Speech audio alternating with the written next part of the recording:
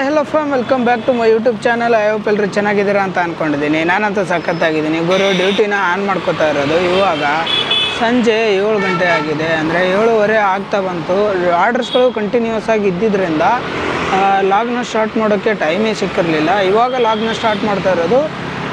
ಇವಾಗ ಸಹಕಾರ ನಗರ ಕಡೆ ಇದ್ದೀನಿ. MSR ನಗರ ಅಂದರೆ ಮತ್ತಿಕೆರೆ ಕಡೆಗೆ ಒಂದು ಆರ್ಡ್ರ್ ಬಿದ್ದಿದೆ. ಆರ್ಡ್ರನ್ನ ಪಿಕ್ ಮಾಡಿದ್ದೀನಿ, ಡ್ರಾಪ್ ಮಾಡೋದಕ್ಕೆ ಹೋಗ್ಬೇಕೀಗ.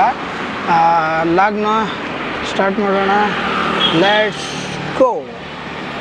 ಸೊ ಗೈಸ್, ಇವಾಗ ಬಂದ್ಬಿಟ್ಟು ನಾನು ಈ ಒಂದು ಡೆಲಿವರಿನ ಡ್ರಾಪ್ ಮಾಡಿದ್ದೀನಿ. ಇವಾಗ ಮತ್ತೆ ಯಾವ ಆರ್ಡ್ರ್ ಬರುತ್ತೆ, ಎಲ್ಲಿಗೆ ಬರುತ್ತೆ ನೋಡೋಣ. ಇವಾಗ ನಾನಿರುವಂಥ ಏರಿಯಾ ಮತ್ತಿಕೆರೆ BL ಈ ಒಂದು ಏರಿಯಾದಲ್ಲಿದ್ದೀನಿ.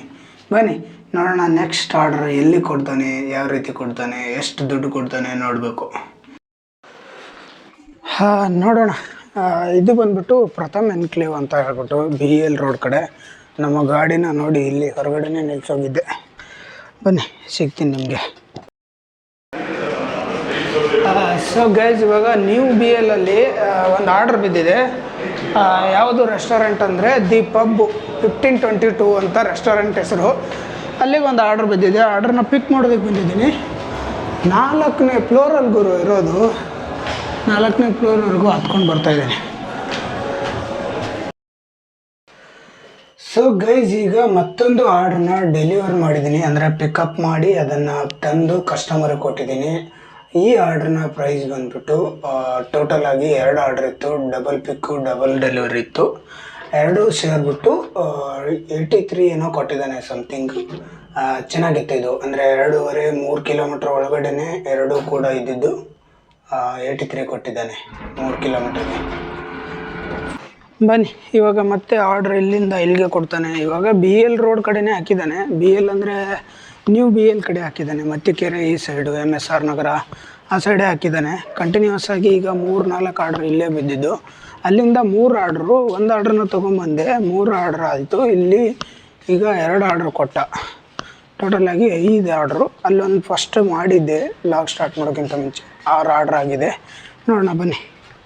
ಸೊ ಗೈಸ್, ಇವಾಗ ಮತ್ತೊಂದು ಆರ್ಡ್ರನ್ನ ಡ್ರಾಪ್ ಮಾಡಿದ್ದೀನಿ. ಇದು ಬಂದ್ಬಿಟ್ಟು 7ನೇ ಆರ್ಡ್ರು ನಾನು ಡ್ರಾಪ್ ಮಾಡ್ತಾ ಇರೋದು. ಇದು ಎಲ್ಲಿತ್ತು ಅಂತ ಕೇಳಿದರೆ ದೇವಿನಗರ, ಅಂದರೆ ಮತ್ತಿಕೆರೆ MSR ನಗರ ಆ ಸೈಡಲ್ಲಿ ಬರುವಂಥ ದೇವಿನಗರ ರೈಲ್ವೆ ಟ್ರ್ಯಾಕ್ ಇದೆಯಲ್ಲ ಅದರ ಪಕ್ಕ.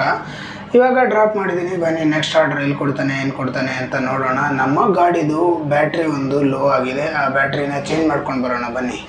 ಬ್ಯಾಟ್ರಿ ಚೇಂಜ್ ಮಾಡೋಕ್ಕೆ ಇವಾಗ ಮತ್ತೆ ನಾನು ಸಹಕಾರ ನಗರ ಹೋಗ್ಬೇಕು. ಅಲ್ಲಿಗೆ ಹೋಗೋಕ್ಕಾಗಲ್ಲ. ಅಂದರೆ ಇಲ್ಲಿ ಹತ್ತಿರದಲ್ಲಿ ಯಾವುದಾದ್ರೂ ಬ್ಯಾಟ್ರಿ ಸ್ಟೇಷನ್ ಇದೆಯಾ ಅಂತ ಚೆಕ್ ಮಾಡಬೇಕು. ನೋಡಿ ಎಷ್ಟೆಷ್ಟು ದೊಡ್ಡದಿರುತ್ತೆ ಅಪಾರ್ಟ್ಮೆಂಟ್ಗಳು. ಇದು ಇನ್ನೂ ಚಿಕ್ಕದು. ಇದಕ್ಕಿಂತ ದೊಡ್ಡ ದೊಡ್ಡ ಅಪಾರ್ಟ್ಮೆಂಟ್ಗಳಿಗೆ ಹೋಗಿದ್ದೀನಿ ನಾನು. ಬನ್ನಿ ಬ್ಯಾಟ್ರಿ ಸ್ಟೇಷನ್ಗೆ ಹೋಗೋಣ, ಬ್ಯಾಟ್ರಿ ಚೇಂಜ್ ಮಾಡ್ಕೊಂಬರೋಣ ನಮ್ಮ ಗಾಡಿದು. ಅಂದಂಗೆ ಡ್ಯೂಟಿನೆಲ್ಲ ಮುಗಿಸ್ಕೊಂಡು ಬಂದು ಯಾವುದಪ್ಪ ಮ್ಯಾಚ್ ಇದೆ ಅಂತ ನೋಡಿದ್ರೆ, ಇವತ್ತು ಮ್ಯಾಚ್ ಇದ್ದಿದ್ದು ಚೆನ್ನೈ ಸೂಪರ್ ಕಿಂಗ್ಸು ಮತ್ತು ಪಂಜಾಬ್ ಕಿಂಗ್ಸು. 2 ಕಿಂಗ್ಸೇ, ಆದರೆ ಒಂದು ಚೆನ್ನೈ ಒಂದು ಪಂಜಾಬು. ಚೆನ್ನೈ ಟೀಮು IPLನ ಒಂದು ಆವೃತ್ತಿಗಳು ಸ್ಟಾರ್ಟ್ ಆದಂಥ ಟೈಮ್ಗಳಲ್ಲಿ ಒಂದು ಬಲಿಷ್ಠ ತಂಡ ಅಂತ ಅನಿಸ್ಕೊಳ್ತಾ ಇತ್ತು. ಬಲಿಷ್ಠ ಟೀಮು, ಮ್ಯಾಚ್ ಗೆದ್ದೇ ಗೆಲ್ತಾರೆ ಆ ರೀತಿಯ ಒಂದು ಭಾವನೆ ಇಟ್ಕೊಂಡಿದ್ದಂಥ ಟೀಮು. ಇವಾಗ ಬರ್ತಾ ಆ ಟೀಮು ತನ್ನ ಒಂದು ಕ್ರೇಜ್ನ, ತನ್ನ ಒಂದು ಗೇಜ್ನ ಕಳ್ಕೊತಾ ಇದೆ ಅಂತ ಅನ್ನಿಸ್ತಾ ಇದೆ. MS ಧೋನಿಯವರು ಸಿಂಗಲ್ ಹ್ಯಾಂಡೆಡ್ಲಿ ಮ್ಯಾಚ್ ಮುಗಿಸ್ತಾ ಇದ್ದಂತಹ ದಿನಗಳು. MS ಧೋನಿಯವರು ಲಾಸ್ಟ್ ಬಾಲಲ್ಲಿ 6 ಹೊಡೆದು ಮ್ಯಾಚ್ನ ಫಿನಿಷ್ ಮಾಡ್ತಾ ಇದ್ದಂತಹ ದಿನಗಳು ಎಲ್ಲೋ ಕಳೆದು ಹೋಗಿವೆ ಅಂತ ಅನ್ನಿಸ್ತಾ ಇದೆ. ಅದರ ಜೊತೆಗೆ ಸುರೇಶ್ ರೈನಾ ಅವ್ರನ್ನ ಈ CSK ಟೀಮು ತುಂಬಾ ಮಿಸ್ ಮಾಡ್ಕೋತಿದೆ ಅಂತ ಅನಿಸುತ್ತೆ. ಸುರೇಶ್ ರೈನಾ ಅವರಿದ್ದಾಗ ಇದ್ದಂತಹ ಚೆನ್ನೈ ಇವಾಗ ಕಾಣಿಸ್ತಾ ಇಲ್ಲ. ಎಲ್ಲೋ ಸ್ವಲ್ಪ ಮರೆಯಾಗಿದೆ ಅಂತ ಅನ್ನಿಸ್ತಾ ಇದೆ. ಗುರು, ಆ ಕಾಲ ಹೋಯ್ತು. MS ಧೋನಿಯವ್ರ ಮೇಲೆ ಡಿಪೆಂಡ್ ಆಗಿರೋದನ್ನು ಬಿಟ್ಬಿಡಿ. ಮ್ಯಾಚ್ ಗೆಲ್ಲೋದ್ರ ಕಡೆ ಗಮನ ಹರಿಸಿ. ಎಲ್ಲ ಟೈಮಲ್ಲೂ ಎಲ್ಲ ಮ್ಯಾಚಲ್ಲೂ MS ಧೋನಿಯವರೇ ಬಂದು ಮ್ಯಾಚ್ನ ಫಿನಿಷ್ ಮಾಡಬೇಕು ಅಂದ್ರೆ ಆಗಲ್ಲ. ಉಳಿದಿರೋರು ನೀವುಗಳೆಲ್ಲ ಏನಿಗೆ ಮಾಡ್ತಾ ಇದ್ದೀರಾ? ಏನು ಕೆಲಸ ಮಾಡೋದು? ಹಾಗಾದರೆ ನಿಮ್ಮನ್ನು ತಗೊಂಡಿದ್ದೇನು ಪ್ರಯೋಜನ?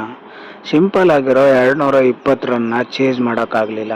ಸಿಂಪಲ್ ಅಂತ ಇದ್ದೀನಿ ಅಂತ ಅಂದ್ಕೋಬೇಡಿ. ಪಂಜಾಬ್ ಅವರು ಹೊಡೆದಿದ್ದಾರೆ ಅಂದರೆ ಚೆನ್ನೈ ಅವರು ಈಸಿಯಾಗಿ ಹೊಡಿಬೋದು. ಪಂಜಾಬ್ ಅವರೇನು ಕಷ್ಟಪಟ್ಟೇನು ಹೊಡೆದಿರಲಿಲ್ಲ. ಆರಾಮಾಗಿ ಈಸಿಯಾಗಿ ಬಾಲ್ ಟು ಬಾಲ್ ಆಡಿಕೊಂಡೇ ಹೊಡೆದಿರೋದು. ಒಟ್ಟಿನಲ್ಲಿ ನಾನು ಹೇಳ್ತಾ ಇರೋದು ಟೀಮ್ ಯಾವುದೇ ಆಗಿರಲಿ, ಮ್ಯಾಚ್ ಯಾವುದೇ ಆಗಿರಲಿ, ಚೆನ್ನಾಗಿ ಆಡಿ ಜನನ ಚೆನ್ನಾಗಿ ಎಂಟರ್ಟೈನ್ ಮಾಡಿ. ಈ ಒಂದು ಟೂರ್ನಮೆಂಟು ಎಂಟರ್ಟೈನ್ ಮಾಡೋದಕ್ಕೆ ಇರೋದು.